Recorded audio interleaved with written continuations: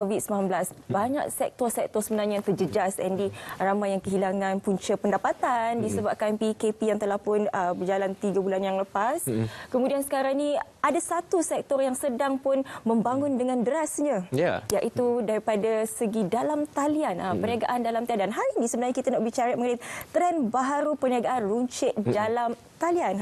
Kita bawakan tetamu kita masuk agak dramatik sikit hari ini. Hari ini kita drama sekali kerana tak ada dalam studio, di luar studio untuk kita bawakan kepada masuk macam ala-ala penyanyi macam pentas bintang RTM. Tetamu kita Datuk Adham Malik, iaitu usahawan peruncitan. Assalamualaikum, selamat datang. Silakan Datuk. Sihat Datuk Alhamdulillah. Alhamdulillah hari ini. Sihat. Kami berdua sihat, alhamdulillah.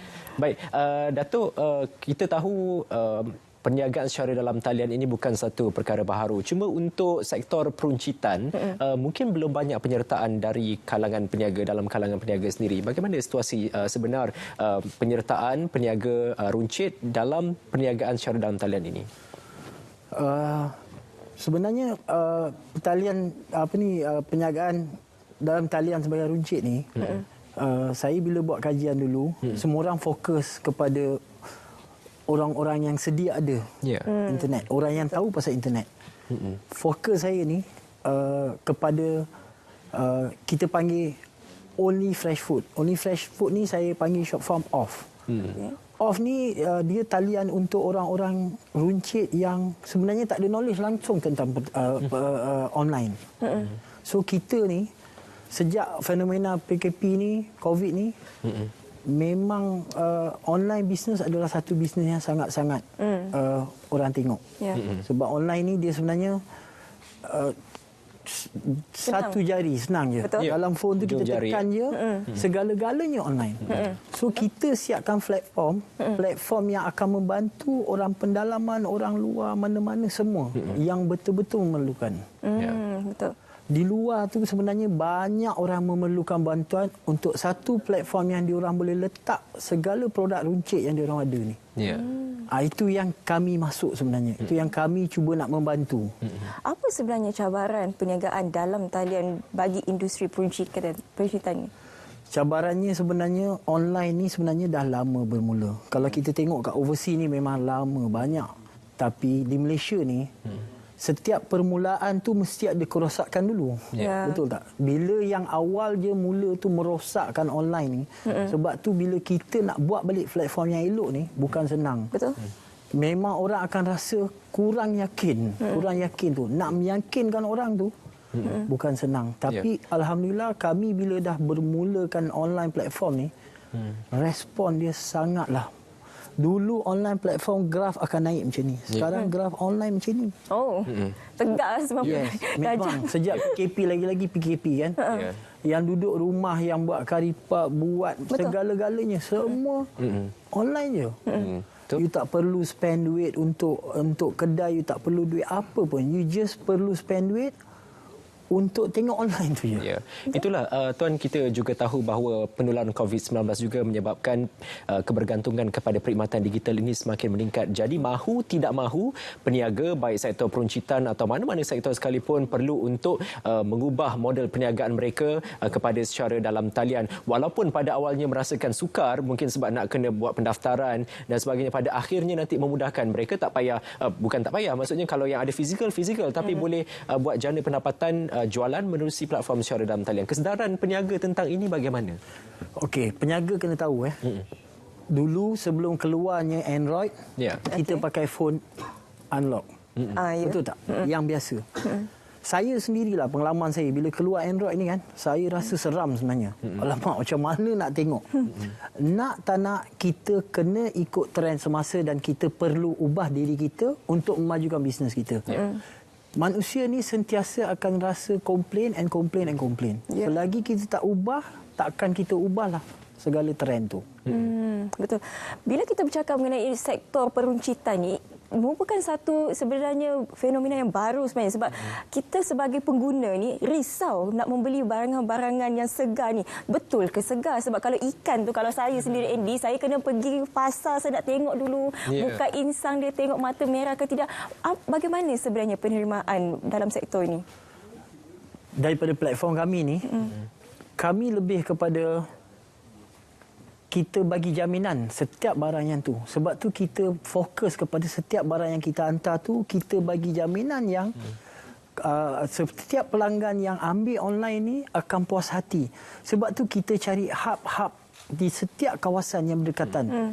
So, let's say lah kawasan Rumah You. Kawasan Rumah You, kita akan cari satu hub di kawasan Rumah You yang akan hantar kepada you dalam kawasan tu. So, you akan dapat flag. Something like that lah. Baik.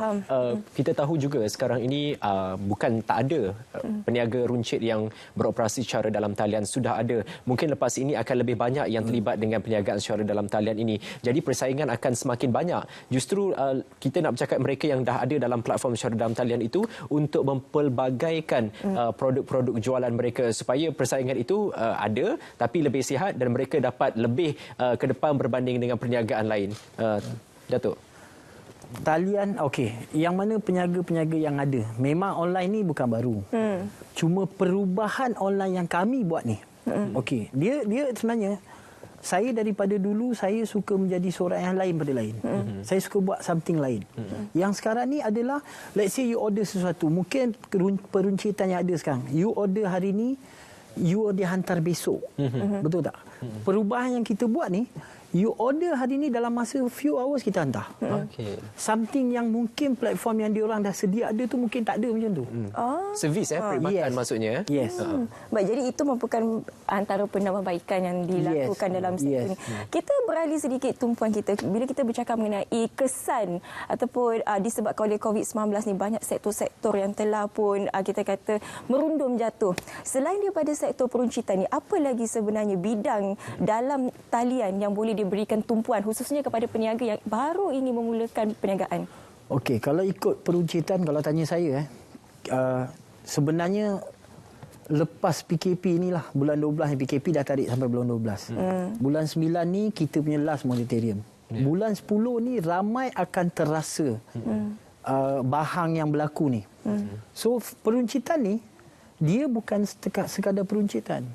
Kita akan buat satu platform yang kita buat ni, kita akan tarik peladang-peladang, kita akan tarik pekebun, kita akan tarik orang-orang yang ada ladang, orang-orang yang manufacture yang memang tak nampak jalan dah. Kadang-kadang jangan ingat dia buat semua ni dia tahu jalan. Mungkin dia buat semua ni tapi dia tak tahu akses macam mana nak menyelamatkan yang sedia ada ni.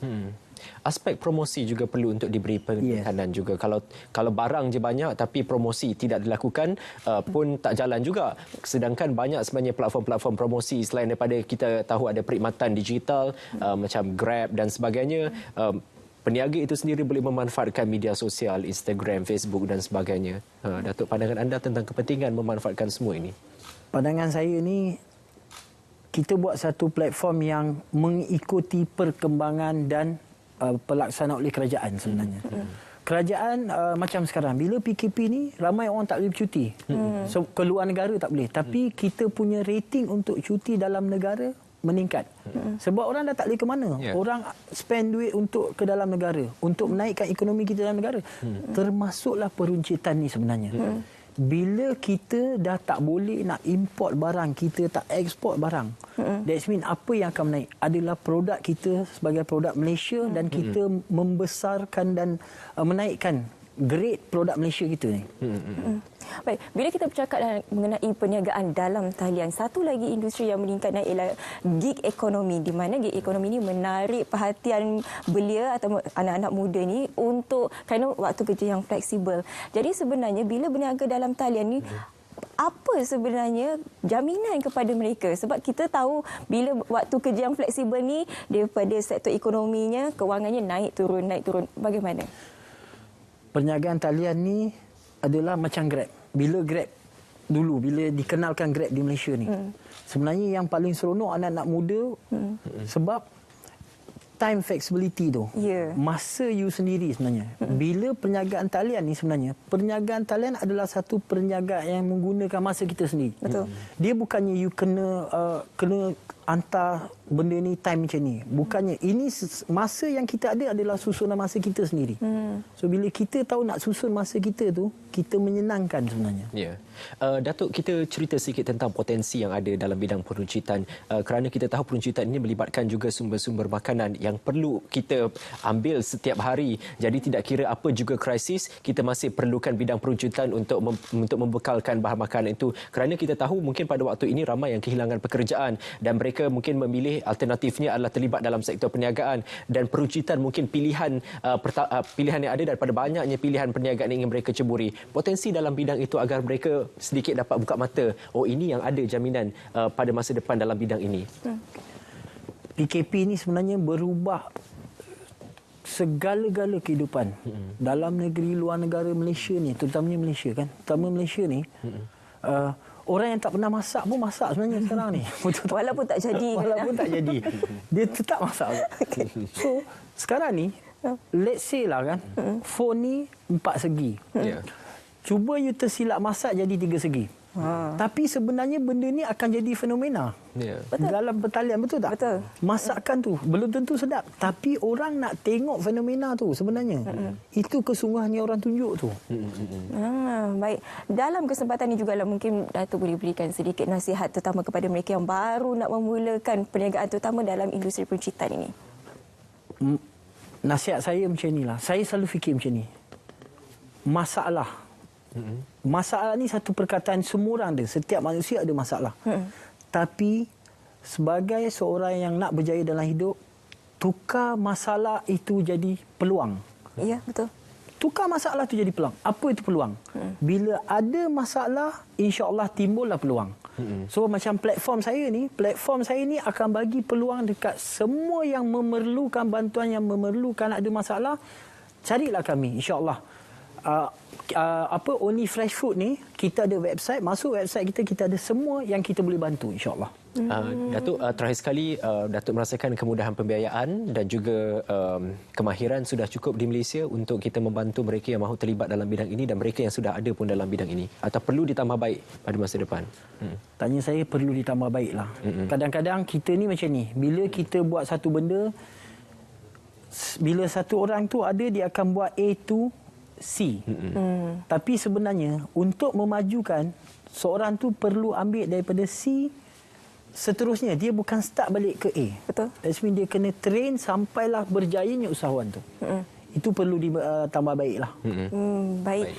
Itu sebenarnya Andy, satu macam Datuk katakan tadi, masalah itu timbulnya peluang. Jadi itu yang perlu diambil oleh anak-anak muda terutamanya ataupun mereka yang setelah pun hilang pekerjaan disebabkan PKP ini. Rebut peluang ini, boleh berniaga dalam talian, tak kiralah dalam industri apa sekalipun, mungkin juga dalam industri peruncitan ni. Sekali lagi kita nak ucapkan terima kasih kepada Datuk Adham Malik kerana sudi bersama dengan kita hari ini. Begitu meriah dia punya opening tadi, datang daripada luar tu. Terima kasih banyak. Kita doakan semoga lebih banyak yang menyertai sektor ini dan mereka yang sudah berada pun terus sukses, insya-Allah. Terima kasih, Datuk. Baik, kita nak ke Negeri Sembilan pula.